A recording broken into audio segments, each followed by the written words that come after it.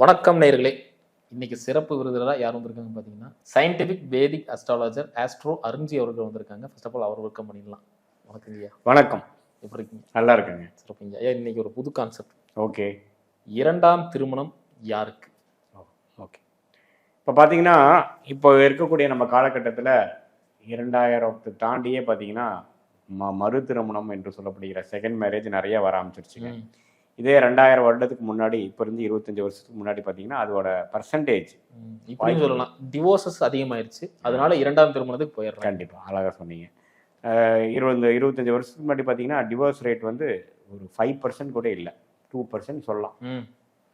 Even sometimes husband wife பிரிஞ்சிருப்பாங்க. ஏன் கிராமத்தில் கூட அவரோட ஒரு பொழைக்கிறது இல்லைங்க, பொழைக்காமல் வந்துட்டான்னு சொல்லுவாங்க தெரியுங்களா. இனி சில பேர் பார்த்தீங்கன்னா கொஞ்சம் நோய்வாய்ப்பட்டு இறந்துட்டாங்க, அதனால கட்டிக்கிட்டு இருக்கோம். ஆமாம், நிறையா இப்போ பார்த்தீங்கன்னா நிறையா 1950, 60ஸ்லாம் இப்போ இருக்கிற மோர்டாலிட்டி ரேட்டு, ஹெல்த்து, மெடிக்கல் சயின்ஸ்லாம் இல்லைங்க இல்லையா. அப்போல்லாம் பார்த்தீங்கன்னா முதல் தாரம் இறந்துருச்சுங்க, இளையதாரம் கல்யாணம் பண்ணிட்டேங்கம்பாங்க. அது மாதிரிலாம் நிறைய நம்மளோட பாட்டன் தாத்தா காலத்தில் பார்த்துருப்போம். இப்போ அதுக்கப்புறம் அப்பா காலத்தில் நம்ம என்ன பார்த்தோம்னா, 10 வருஷம் கழிச்சு இப்போ புருஷனும் பொண்டாட்டியும் சேர்ந்து வாழ்றதில்ல, பொண்ணு பொழைக்காமல் வந்துருச்சு அப்படின்லாம் சொல்லுவாங்க.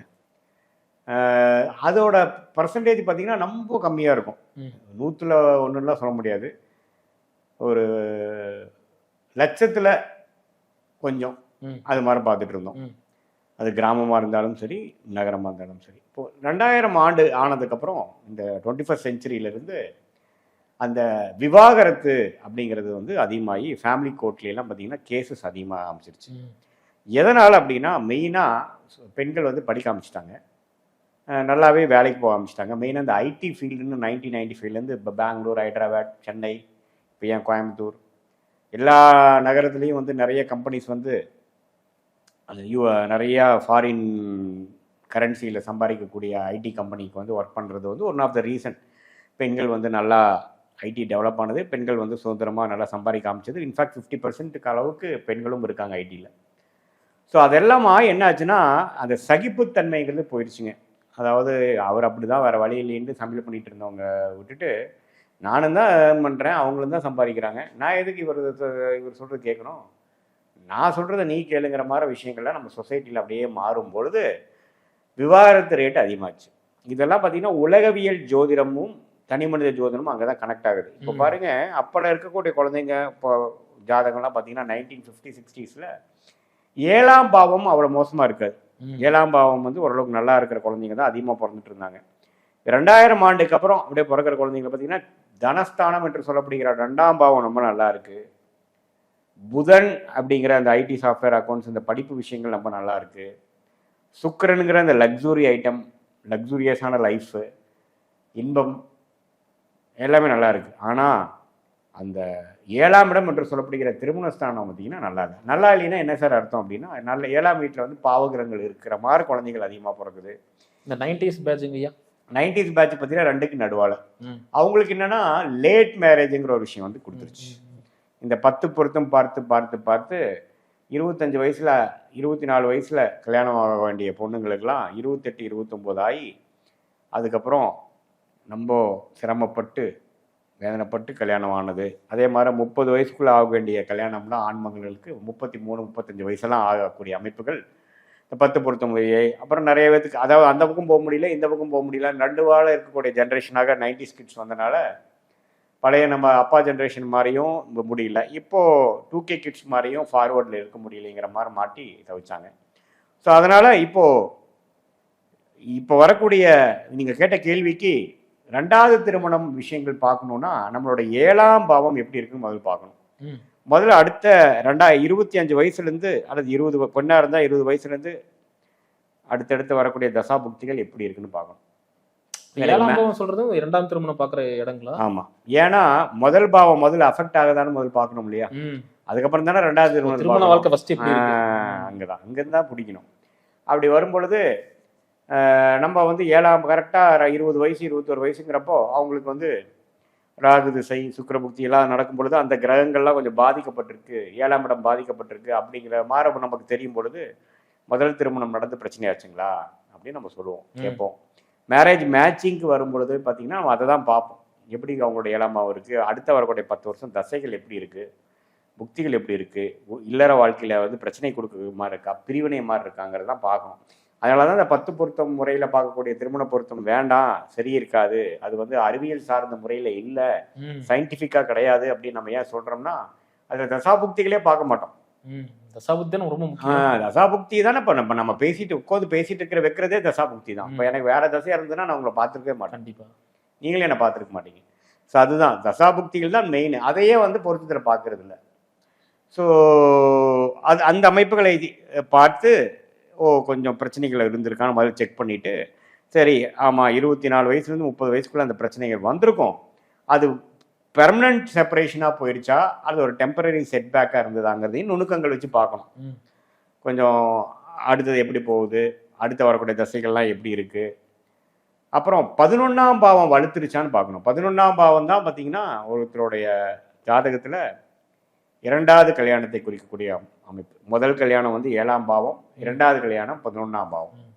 11ஆம் பாவம் நல்லா இருந்து 7ஆம் பாவம் மோசமாக இருக்கும் பொழுது, அந்த தசாபுக்திகள் கடந்து வரும் பொழுது முதல் அது போயிருக்கு பல ரீசனாக இருக்கலாம். கருத்து வேறுபாடுகள் ரீதியான ஒரு டிவோர்ஸு, விவாகரத்து, அல்லது ரொம்ப ரேராக கணவனோ மனைவியோ இறந்துட்டாங்கங்கிற மாதிரி அது மாதிரி விஷயங்கள்லாம் இருக்குது. ஸோ அது மாதிரி விஷயங்கள் ஆனதுக்கப்புறம் எப்போ செகண்ட் மேரேஜ், சில பேருக்கு பார்த்தீங்கன்னா செகண்ட் மேரேஜ் விவாகரத்தாயின்னு அடுத்த வருஷமே நடக்குது, அது அந்த வருஷத்துலேயே நடக்குது. சில பேருக்கு விவாகரத்தாகி 5 வருஷம் 10 வருஷம் தனியாக இருக்காங்க, அதுக்கப்புறம் கனெக்ட் பண்ணி கல்யாணம் பண்ணுறாங்க. இதுக்கு எல்லாமே தசாபுக்திகளோட வரிசை தான் முக்கியம். இப்போ 30, 31, 32, 33 வயசுலாம் என்ன புக்திகள் பெண்ணுக்கு போயிட்டுருக்குறது, என்ன ஆணுக்கு என்ன மாதிரி தசைகள் போகுது, அந்த இல்லற வாழ்க்கையை வந்து கண்டினியூ ஆகிற மாதிரி இருக்கா, பெண் சுகம் ஆண் சுகம் கிடைக்கக்கூடிய அமைப்பு அந்த சுக்கிரன் இருக்கா, அடுத்து வரக்கூடிய தசைகள் அது காட்டுதா, அவங்களுடைய 11ஆம் பாவம் எப்படி இருக்குது, 7ஆம் பாவம் எப்படி இருக்குது, 3ஆம் பாவம் எப்படி இருக்குது, அடுத்து வரக்கூடிய குழந்தைகள் பாவம் வச்சு பார்க்கணும். ஏன்னா எல்லாமே வந்து நீங்கள் அனலைஸ் பண்ணி தான் ஒரு முடிவுக்கு வர முடியும். 5ஆம் பாவங்கிற குழந்தை பாவம் இப்படி இருக்குது, கடுமையான புத்திர தோஷம் இருந்து 11ஆம் பாவம் தப்பாக இருந்ததுன்னா, சரியா இல்லைன்னா இல்லை, நீங்கள் இந்த விகாரத்தோடு நீங்கள் முடிச்சுப்பீங்க, இதுக்கப்புறம் நீங்கள் வந்து கல்யாணம் பண்ணுற அமைப்புகள் குறைவுன்னு சொல்லலாம். ஆமாங்க சார், எனக்கே அப்படி தான், அந்த ஐடியாவில் தான் நான் வாழ்கிறேன், எனக்கு வேண்டாம் சார், எனக்கு போதும், முதல் கல்யாணமே ஆனதே போதும், எனக்கு பிடிக்கலைங்க, இன்ட்ரெஸ்ட், நான் இப்படியே இருந்துட்டு போகிறேன் அப்படிம்பாங்க. அவங்களுக்கு மனசில் இன்ட்ரெஸ்ட் இருக்காது. ஆனால் 5ஆம் பாவம் நல்லா இருக்குது, 5ஆம் பாவத்தில் சுபகிரகங்கள் இருக்காங்க, 5ஆம் வீட்டு அதிபதியே ஆட்சி உச்சம் பெற்றிருக்கிறார், நல்லா இருக்கிறார், பாதிக்கப்படாமல் இருக்கிறார், 8, 6 மறையாமல் இருக்கிறார், அப்படிங்கிற மாதிரி இருக்கும் பொழுது 11ஆம் பாவம் வலுத்திருக்கிறார். 11ஆம் பாவத்தில் இருக்கக்கூடிய கிரகத்தின் திசை, 11ஆம் பாவாதிபதி திசை, சுக்கிர திசை, அதெல்லாம் நடக்கும் பொழுது அந்த தொடர்புகள், அந்த கனெக்ஷன், அந்த கமிட்டட் ரிலேஷன்ஷிப் என்று சொல்லப்படுகிற திருமண விஷயங்கள் வந்து காட்டும். அது மாதிரி நிறைய நம்ம அஸ்ட்ராலஜி அப்பாயின்மெண்ட்ல வருவாங்க. நீங்க சொன்ன மாதிரி அந்த தசாபுக்திகள் வரும்போது பின்னிரும். ஆமா, கரெக்ட். தசாபுக்தியில் வச்சு தான் சொல்ல முடியும். அந்த தசநாதன் ஜாதகத்தில் எப்படி இருக்கார், யாரால் பார்க்கப்படுகிறார். எக்ஸாம்பிள் ஒன்று சொல்லுங்க. ஃபார் எக்ஸாம்பிள் பார்த்தீங்கன்னா, நீங்க வந்து சிம்ம லக்னம்னு வைங்க, 7ஆம் வீட்டில் வந்து உங்களுக்கு வந்து ராகு இருக்கார், 5ஆம் இடத்துல தனுசுல இருந்து சனி 3ஆம் பார்வையாக ராகுவை பார்க்கிறார். இப்படி ஒரு ஜாதகம் லைவாகவே வந்திருக்கு. ஸோ அவர் கரெக்டாக ராகு திசை நடக்கிறப்போ 23 வயசுலேருந்து கிட்டத்தட்ட 18 வருஷம், 23 வயசுலேருந்து 41 வயசு வரைக்கும் ராகு திசை. அவருக்கு 23, 24 வயசில் பார்த்தீங்கன்னா ராகுல சனி. ராகுல சனி, சனியில் ராகு ஒரு விசித்திரமான பலனை கொடுக்கக்கூடியதுன்னு நான் அதுக்கு நிறையா பேசியிருக்கேன், வீடியோ போட்டிருக்கேன். ஏன்னா ரெண்டுமே வந்து கார்மிக் பிளானட், கர்மாவை கழிக்கக்கூடிய பிளானட். ஸோ அது ராகும் சனி எப்படி ஒரு ஜாதகத்தில் கனெக்ட் ஆயிருக்கு, ராகு 7ஆம் இடத்துல இருந்து 7ஆம் வீட்டு அதிபதி ஆகிய சனியை 5லிருந்து சனியின் 3ஆம் பார்வை ராகு பெறுகிறார். பரவாயில்ல, குருவோட வீட்டிலிருந்து சனி 3ஆம் பார்வை படுறதுன்னு அவ்வளோ ஒன்றும் மோசம் இல்லை, பிரிவினை ஆகிற அளவுக்கு இல்லை. ஆனால் அந்த சனியை செவ்வாய் பார்க்கிறார். எங்கிருந்து பார்க்கிறார், தன குடும்பஸ்தானம் வாக்குஸ்தானத்தில் இருக்கக்கூடிய கன்னி செவ்வாய் 4ஆம் பார்வையாக சனியை பார்க்குறாரு. அப்படிங்கிறப்போ சனி ஆல்ரெடி பாவத்துவா, அந்த பாவத்துவமான கதிர்களை ராகு மேலே, கொடூர பார்வையை ராகு மேலே போட்டு அந்த ராகு திசை சனி புக்தி நடக்கிறப்ப என்ன ஆகும், தூக்கி வீசி அவ்வளோதான். கரெக்டாக 27 28 வயசில் ஆகுதுங்களா, அப்போ வந்து கல்யாணம் ஆகி பிரச்சனை ஆச்சுங்களான்னு பார்க்கணும். அது இல்லாமல் கல்யாணம் ஆகாமல் கூட இருந்திருக்கலாம். அது நம்ம நுணுக்கம். சுக்கிரன் கிடைச்சிருக்குமா, அவங்களுக்கு ஒரு இல்லற வாழ்க்கை கிடைச்சிருக்குமா, ஒரு பெண் சுகம் கிடைச்சிருக்குமாங்கிறத பார்க்கணும். ஏன்னா செக்டரா பிரிச்சாதான் தெரியும். நீங்க சொன்ன மாதிரி சில பேருக்கு கல்யாணம் கூட ஆகிருக்காது, இனி சில பேருக்கு கல்யாணம் ஆகி தாம்பத்தியம் இல்லாமல் வந்திருக்கும். சார் அப்படி ஆகிறப்ப ஆமாங்க சார் ஆயிடுச்சு அப்படின்னு. அடுத்த கேள்வி எப்போ ஆகும் அப்படிங்கிறப்போ ராகுல சனி வரை சரிங்க. இப்போ வந்து 7ஆம் பாவம் சொல்லிட்டீங்க. இப்போ 7ஆம் பாவம் அடிப்படுறது, 7ஆம் பாவத்தை வச்சு ஃபர்ஸ்ட் செக்டரை பிடிச்சிட்டோம். 2ஆம் திருமணத்துக்கு எந்த பாவத்தை நம்ம கண்டிப்பா இப்போ சனி வந்து பாதிச்சு பிரிஞ்சுட்டாங்களா, டிவோர்ஸ் ஆயிடுச்சா, அடுத்த சனிக்கு அப்புறம் அடுத்த புக்தி என்ன, புதன் புக்தி. புதன் வந்து சிம்ம லக்னத்துக்கு 11ஆம் வீட்டு அதிபதி. புதன் 11லயே இருக்கிறாருன்னு வைங்க, நல்லது. குருவின் பார்வையில் இருக்காருன்னு வைங்க, ரொம்ப நல்லது. ஸோ புதன் புக்தி, ராகு திசை புதன் புக்தியில் என்ன ஆகும், திருமணம் நடக்கும். புரியுதுங்களா? அப்புறம் அவருக்கு சுக்கிரன் எப்படி இருக்காருன்னு பார்க்கணும். சுக்கிரன் ரொம்ப கெட்டிருக்கிறாருன்னா இல்லற சுகமே இல்லாம வாழணுங்கிற அமைப்பு இருக்கு. அப்புறம் பண்ணி அப்புறம் சனி 5ஆம் இடத்துல இருக்கிறது புத்திர தோஷத்தை கொடுக்குறார். செவ்வாயால் பார்த்து புத்திர தோஷத்தை கொடுக்குறார். ஸோ செகண்ட் மேரேஜ் ஆச்சுன்னா குழந்தை பிறக்கிறதுக்கு வாய்ப்பு இருக்கு.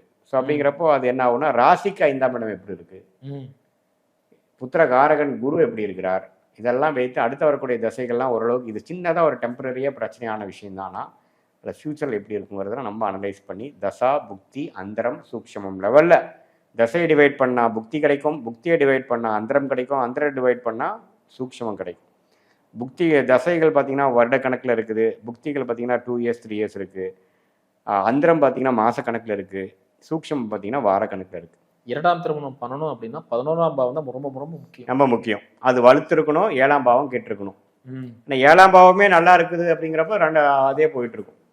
வாய்ப்பு ராஜா மாதிரி. ஏன்னா அது அதே செட் ஆயிடுச்சு சார்ங்கிற. சில பேர் நீங்க சொன்ன மாதிரி சனியே இப்போ ஒரு சிம்ம லக்னமே இருந்தாலும் இப்போ 7ல கும்பத்திலே இருந்தாலும் வாய்ப்பு இல்லை.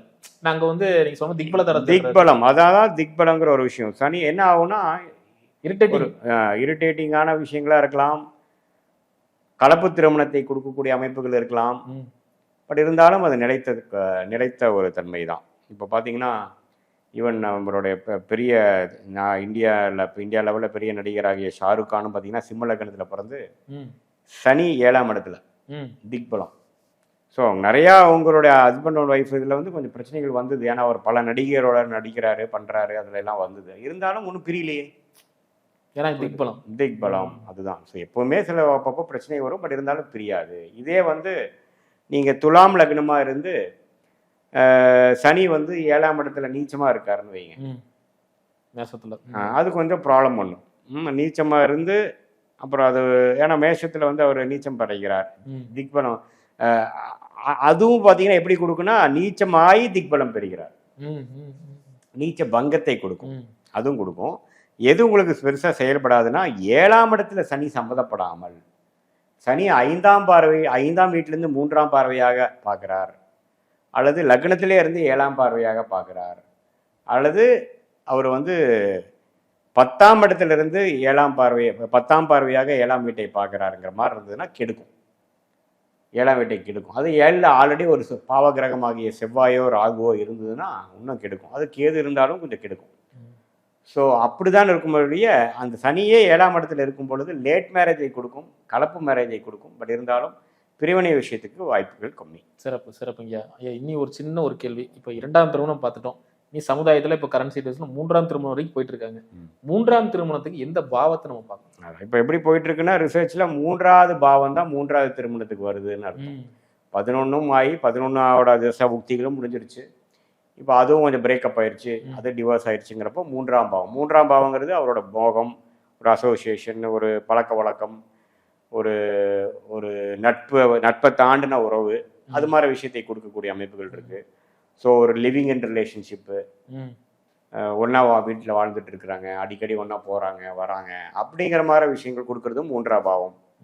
புரியுதுங்களா? ஸோ நம்ம 3ஆம் பாவத்தில் வந்து ஒரு சுக்கிரன் சுபகிரகங்கள்லாம் சம்மந்தப்பட்டு 3ஆம் பாவ அதிபதி தசைகள் எல்லாம் நடக்கும் பொழுது உங்களுக்கு கொஞ்சம் சில பழக்கங்கள்லாம் போயிட்டு இருக்க மாதிரி இருக்குன்னு நம்ம சொல்லுவோம். அதிலே கணிச்சு சொல்லிடலாம். சூப்பர். ஏன்னா பல்லாயிரம் ஜாதகம் நீங்கள் பார்த்துருப்பீங்க. ஆமாம். ஏன்னா நிறைய பேருக்கு வந்து ஒரு விழிப்புணர்வாக நம்ம வச்சுருக்கோம். கண்டிப்பாக. இப்போ நிறையா பேருக்கு பார்த்தீங்கன்னா பேரண்ட்ஸோடலாம் ஒரு தடவை வரும்பொழுது ஒரு விசித்திரமான அனுபவம் என்னென்னா, ஒரு பையனை கூப்பிட்டு வந்தார், இது மாதிரி திருமணமே பார்த்துட்டு இருக்கிறேங்க, திருமணமே பண்ண மாட்டேங்கிறாருங்க, நீங்கள் என்னென்னு பார்த்து சொல்லுங்கிறப்போ ஜாதகத்தை அனலைஸ் பண்ணிவிட்டு அப்புறம் நான் பையனோட கொஞ்சம் செப்பரேட்டாக கொஞ்சம் ஒரு நிமிஷம் பேசுகிறேங்க அப்படிங்கிறப்ப சரிங்கன்ட்டு அவர் வெளியில் போயிட்டார். நம்ம வெளியில் போகும்பொழுது அவர்கிட்ட நம்ம பையன் கிட்ட போகிறப்போ, அப்பா உனக்கு திருமணம் தான்ப்பா ஆகலை, மற்றபடி எல்லாமே நடந்துட்டு தானே இருக்குது, நீ வெளியூரில் பெங்களூர் அது மாதிரி இருக்கிற, பட் உனக்கு அந்த சுக்கிரன் சம்மந்தப்பட்ட தசாபுக்தி போய் அந்த சுக்கிரனே வந்து இப்போ போயிட்டு இருக்கும் பொழுது கண்டிப்பாக ஒரு கல்யாணம் மட்டும் தான் நடக்கலாமே, எல்லாமே இருக்குல்ல, குடும்பம் தானே நடத்திட்டு இருக்கேங்கிற மாதிரி இருக்கிறப்போ கொஞ்சம் ஷாக் ஆகிட்டு, ஆமாம் சார் அப்படி தான் இருக்குது, இவர் சொன்னாலும் கேட்க மாட்டேங்கிறாரு, கல்யாணம் பண்ணணுன்னு இருக்காரு,